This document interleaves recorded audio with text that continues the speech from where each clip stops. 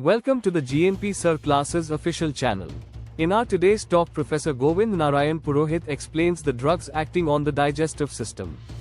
In his today's lecture, he focuses on salivary and gastric secretion modulators, rumen function modulators and intestinal motility modulators, and in the next lecture he will discuss the antidiarrheals, antiemetics, and digestants.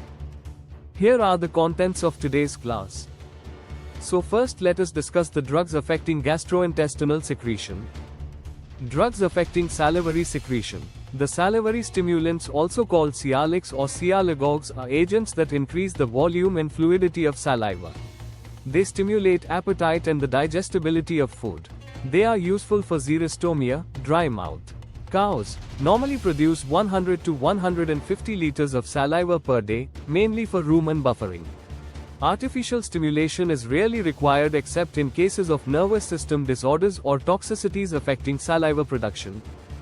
The salivary stimulants include the following: phytogenic compounds. Some examples include capsaicin, thyme oil, garlic oil, aloe vera, and ginger. Acids such as citric acid and acetic acid can also stimulate saliva production. However, it is important to use acids in moderation, as they can also damage the teeth. Sodium bicarbonate. Sodium bicarbonate is a natural antacid that can help to neutralize stomach acid and promote saliva production. It is often used to treat bloat in cattle. Roughage, such as hay and straw, can help to stimulate saliva production by providing bulk to the diet. Water is essential for saliva production. Make sure that your animals have access to clean, fresh water at all times. Pharmacological sialagogues include pilocarpine, muscarinic cholinergic agonist, bethanychol, cholinergic agonist, and neostigmine, cholinesterase inhibitor. The dose of neostigmine for cows is 0.02 mg per kilogram body weight, administered subcutaneously. Its use in horses is not suggested as it may decrease intestinal motility and cause discomfort. Next we discuss the salivary inhibitors. Salivary inhibitors, antisialics, antisialagogues, decrease the flow and fluidity of saliva, used during mouth or salivary gland surgery and as pre-anesthetic. Examples: atropine, glycopyrrolate, and scopolamine. Atropine is an anticholinergic, parasympatholytic drug that blocks muscarinic receptors, reducing parasympathetic activity.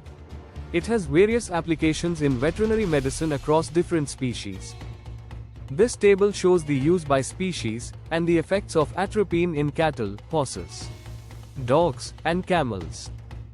The common use in different species, the dosage and route of administration of atropine, glycopyrrolate, scopolamine, and other drugs are shown.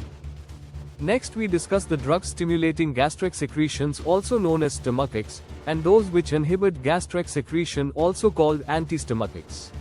The antistomachics are used to treat conditions like hyperacidity, peptic ulcer, and reflux esophagitis. The drugs that stimulate gastric secretion are classified as I-gastron analogues, example pentagastron. 2. Histamine and analogues, example histamine and betazole. 3. Stomachics, example neostigmine, bethanychol, alkaline stomachics, and bitters.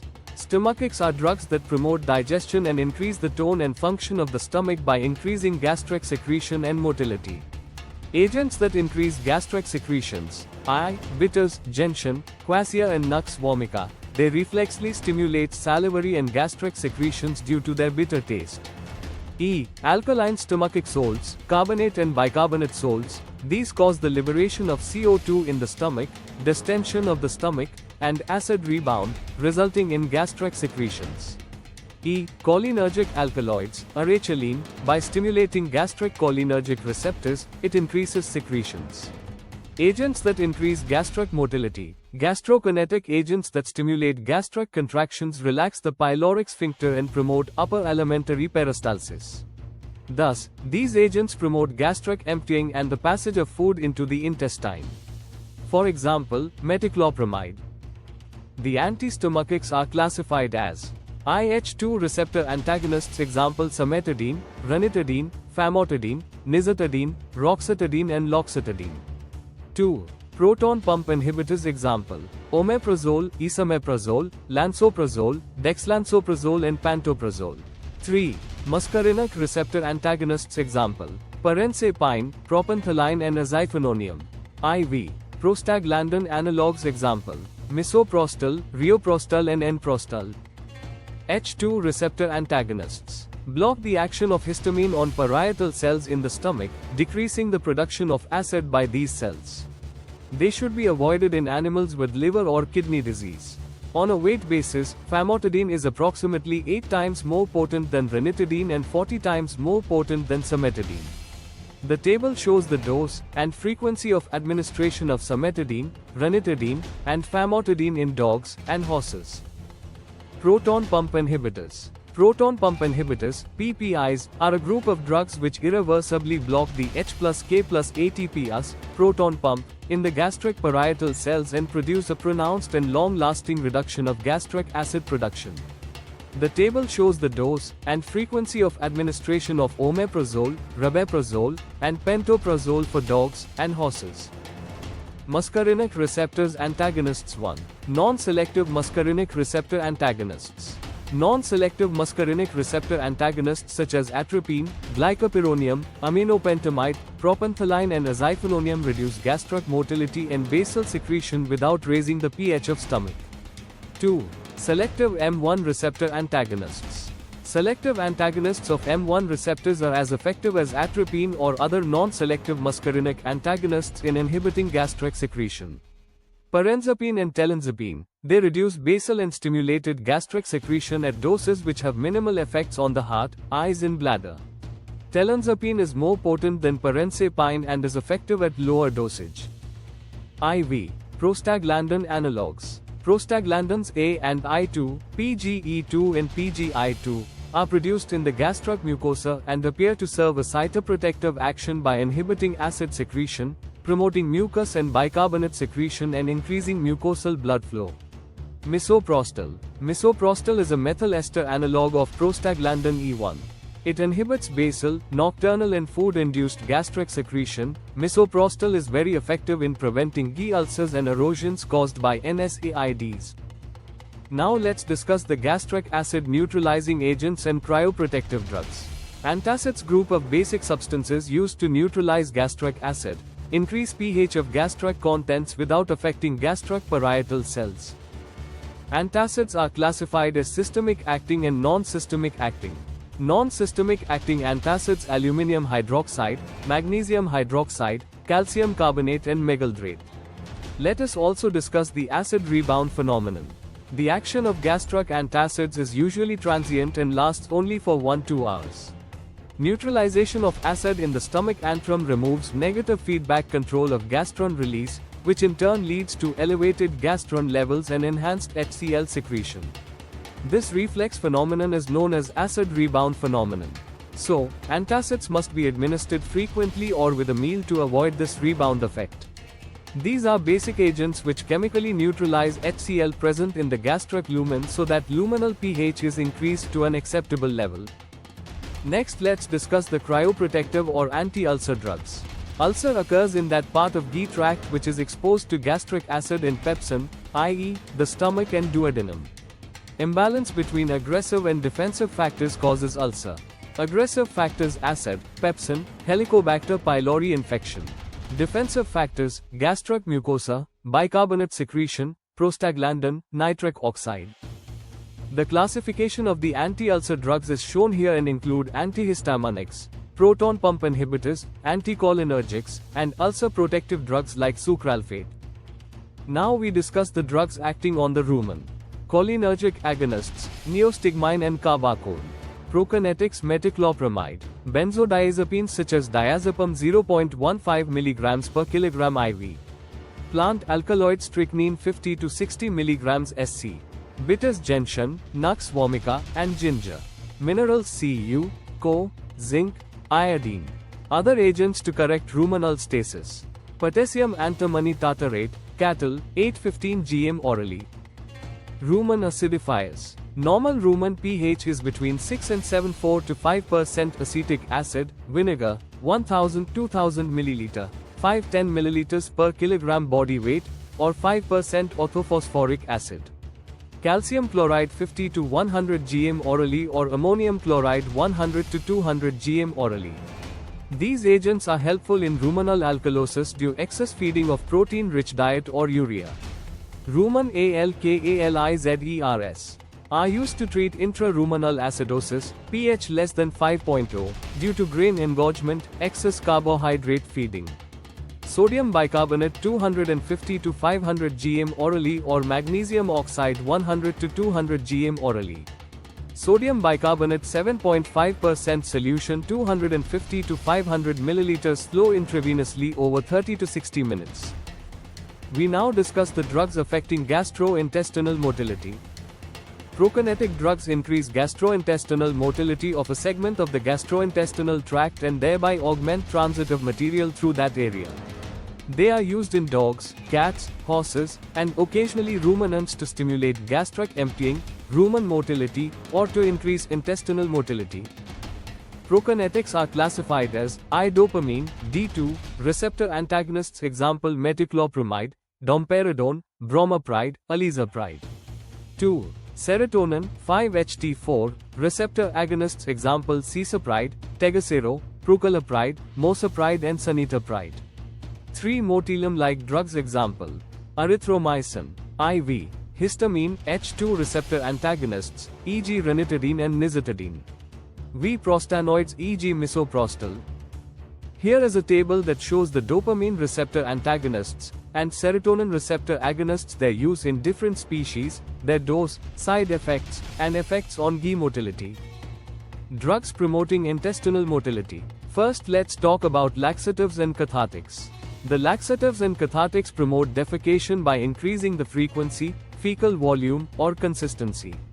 They are classified as I-lubricant laxatives example liquid paraffin, white and yellow soft paraffin. Eel.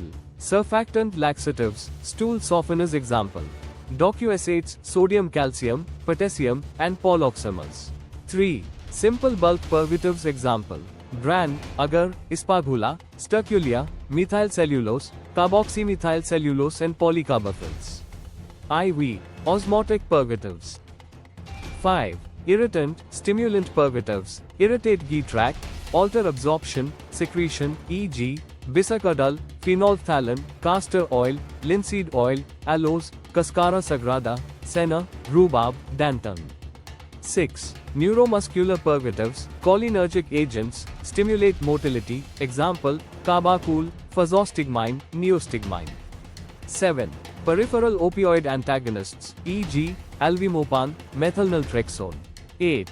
Prostanoids, example, lubiprostone. 9.